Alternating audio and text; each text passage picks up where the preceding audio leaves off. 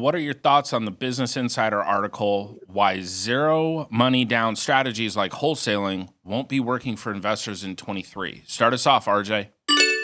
So this article kind of targeted wholesaling, but then it was coming from a landlord who was then talking about interest rates and the fact that the market can no longer sustain the appreciation we've seen over the past 10, 15 years.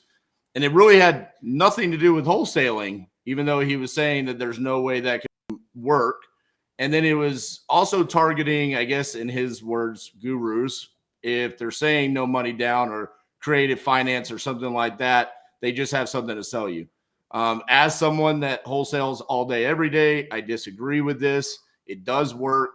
I don't see any issues with it whatsoever. And I think we have repeatedly said here on PTD that moving forward, buying properties on terms subject to creatively is going to just increase in the future.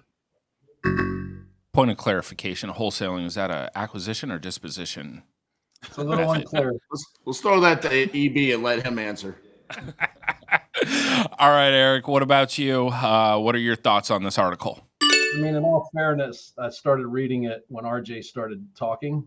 I figured it was the better of the two options to read some BS article or listen to him.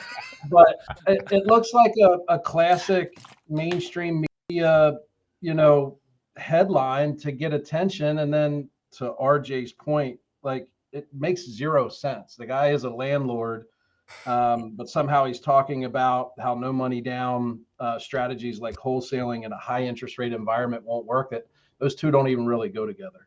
The reality is that if you're going to say that something like wholesaling is not going to work, what are the hard and fast economic factors that would change that? I think if anything, we've talked about on this show how it's going to get worse before it gets better as far as unemployment, inflation continues to have an impact on people. What we do as wholesalers and helping out, distressed homeowners liquidate assets, to me, will only rise in popularity and value over the next couple of years. I think the article's BS. I mean, I don't know how to explain it.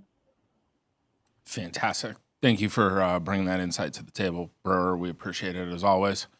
Steve, what are your thoughts? I love the state of journalism today.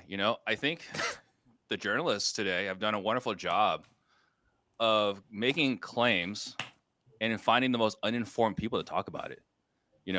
Like, let's go find a guy that has no idea what he's talking about and ask him questions about this idea that we just kind of made up and have him talk about it. There's literally zero value in this article. I kind of feel like this was a paid post by this guy, but the article made a point, asked a guy that was uninformed, uneducated in the industry, and it gave zero reasons to back up anything in either the title or the points and statements he made. So I love the state of journalism today. I think it's wonderful. And we all love it when Sarcastic Steve comes out to answer. Next up, CJ, what you got? I think the panel will appreciate this. Yahoo News finance in the entrepreneurship world is, it's like the equivalent of like Fox News in politics. I mean, this literally makes no sense. I mean, there's not even a way to piece this article together for it to make sense. All right. There's a point in this article where he's talking about this whole thing is about trying to claim that you can't bootstrap a business and accumulate any wealth or anything like that. I think we all personally know, tons of people that have been able to get into business utilizing wholesale and creative strategies and amass portfolios, amass wealth. The ironic part is he's a commercial investor, from what I understand from this article, and creative financing is almost normal in commercial real estate. So I don't know. Maybe, I don't know if Tucker Ghost wrote this. I don't know what happened here. Yeah. But this clearly makes no sense.